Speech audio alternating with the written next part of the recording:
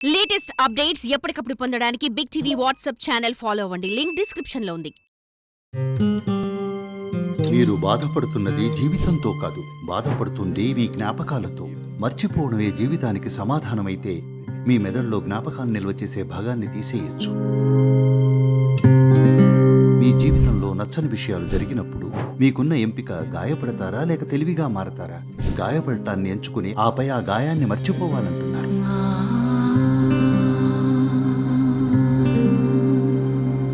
నన్ను బాధ పెట్టి మోసం చేసిన వ్యక్తిని మర్చిపోయి నా జీవితంలో ముందుకు ఎలా సాగాలి?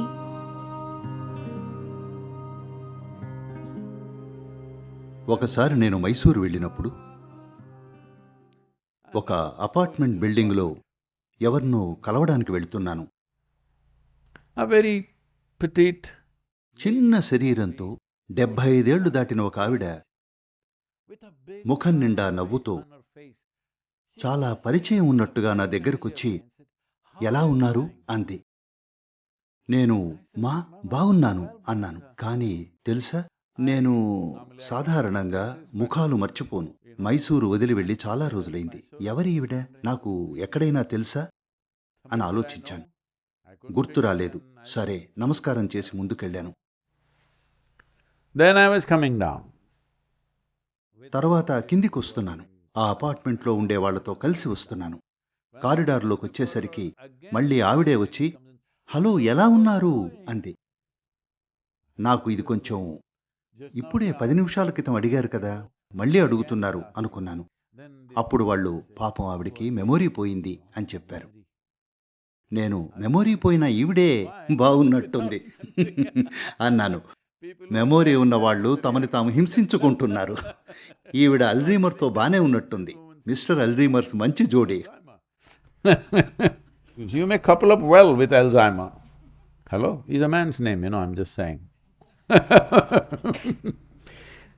చూడండి, మీకు మతిమరుపు ఉంటే ఎవరిని క్షమించాల్సిన అవసరం ఉండదు.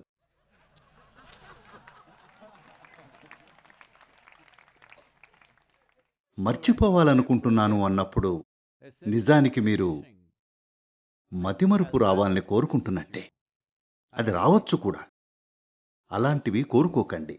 హలో, నేను ఇది మర్చిపోవాలి, అది మర్చిపోవాలి అంటే మతిమరుపు రాగలదు. మీ కోరిక తీరగలదు. మీరు దేన్నైనా ఎందుకు మర్చిపోవాలి? మర్చిపోవాలనుకోవడానికి కారణం మీకు ఈ చిన్న విషయం తెలీదు. మీరు బాధపడుతున్నది మీ జ్ఞాపకాలతో. మీరు బాధపడుతుంది జీవితంతో కాదు, మీరు బాధపడుతుంది మీ జ్ఞాపకాలతో. ఈ జ్ఞాపకాలు పోతే ఏమవుతుంది? ఉదాహరణకి, నిన్న ఆశ్రమంలో ఒకరు ఒక రాతి స్తంభాన్ని ఢీకొట్టారు. స్పీడ్గా పరిగెత్తుకుంటూ వచ్చి భూమ్. ఒకవేళ దాన్ని మర్చిపోతే ప్రతిరోజు దాన్ని ఢీకొట్టగలరు. ఒకసారి రాతి స్తంభాన్ని ఢీకొట్టి, పైగా అది మీ వెనకాల పడడం లేదు, అక్కడే ఉంది.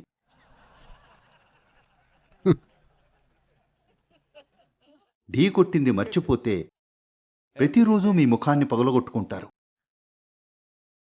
రాతి స్తంభాన్ని ఢీకొడితే దాన్ని ఎప్పటికీ మర్చిపోకూడదు. ఆ రాతి స్తంభం నిజానికి రాతి స్తంభమో లేక మీ అత్తగారు నాకు తెలియదు. చూడండి, అత్తగారు మిమ్మల్ని తరవడం లేదు. మీ భర్త పుట్టినప్పటి నుంచి ఆవిడ ఎక్కడుందో అక్కడే ఉంది. హలో, ఆవిడ అదే చోటుంది. మీరు ఆవిడ అడ్డొస్తోంది అనుకుంటున్నారు. లేదు, ఆవిడ అదే చోటుంది. నా కొడుకు, నా కొడుకు, నా కొడుకు. సరేనా? ఆవిడ మిమ్మల్ని తరవడం లేదు. మీరే వెళ్ళి ఢీ కొడుతున్నారు.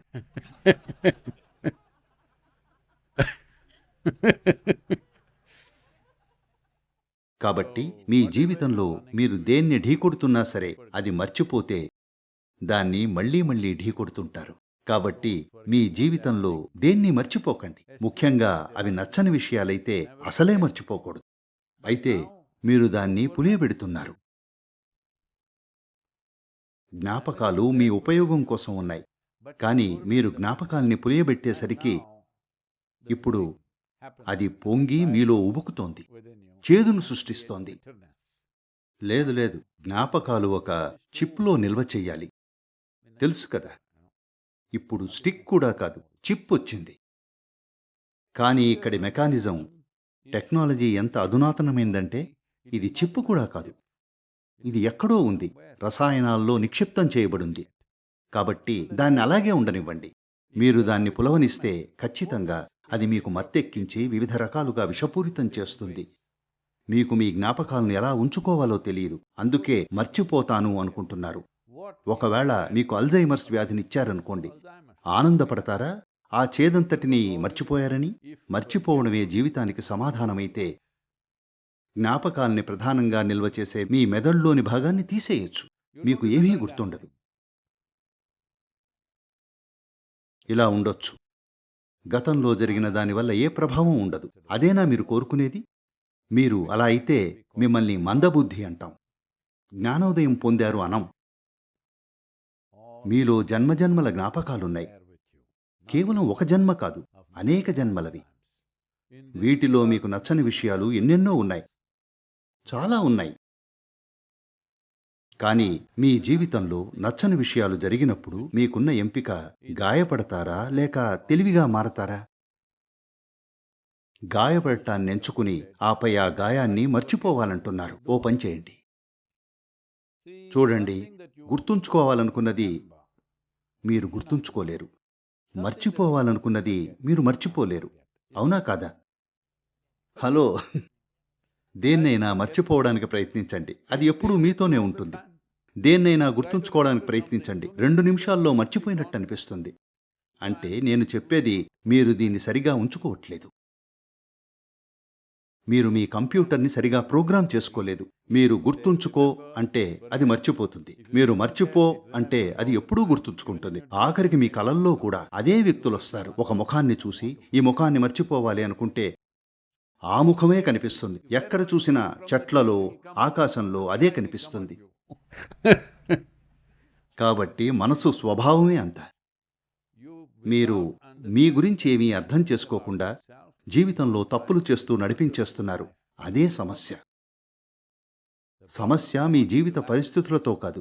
సమస్య ఏమిటంటే బేసిక్ యూజర్ మాన్యువల్ కూడా చదవకుండా మీ జీవితాన్ని నడిపించడానికి ప్రయత్నిస్తున్నారు. మూల్యం చెల్లించాల్సి ఉంటుంది. మీరు ఏ మూల్యం చెల్లించకపోతే నేను నిరాశ చెందుతాను. ఎందుకంటే దీని పనితీరును తెలుసుకోవడానికి నాకు జన్మలు పట్టింది. ఏమీ తెలియకుండానే మీరు కూడా నాలాగా జీవించగలిగితే నేను చాలా నిరాశ చెందుతాను. అది చాలా అన్యాయం అనుకుంటాను. హలో, అవునా కదా? మీరు ఎంతో కష్టపడి చేరుకున్న చోటుకి ఎవరినో ఊరికే అక్కడికి తెచ్చిపెడితే అది అన్యాయం అనిపించదా? ఇది కూడా అంతే.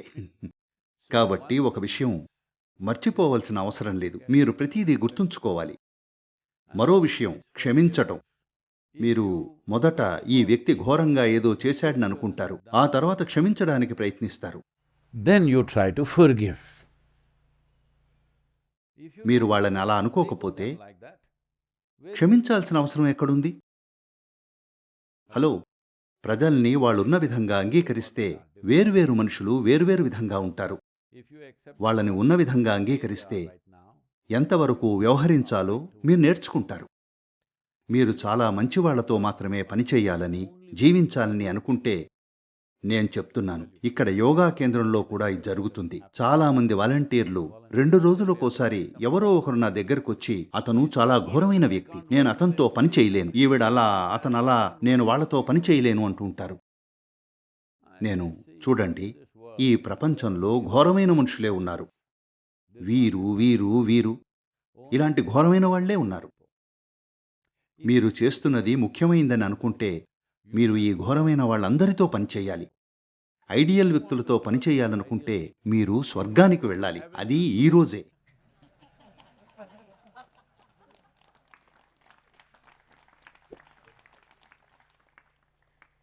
ఐడియల్ వ్యక్తులంటే సాధారణంగా ఐడియల్ వ్యక్తులు అందరూ చనిపోయిన వాళ్లే కదా? గమనించారా? మీకు జరిగిందా? ఎవరితోనైతే మీకు చాలా సమస్యలున్నాయో వాళ్ళు చనిపోగానే Oh, ఎంత అద్భుతమైన వాళ్ళో. చనిపోయిన వాళ్ళెప్పుడూ అద్భుతమైన వాళ్లే. బతికున్న వాళ్ళల్లో అన్నీ ఉంటాయి. వారితో ఏం చెయ్యగలం, వారితో ఉత్తమంగా ఏం చేయగలం, ఇదే జీవితంలోని సవాలు. For more videos like this, subscribe Big TV channel.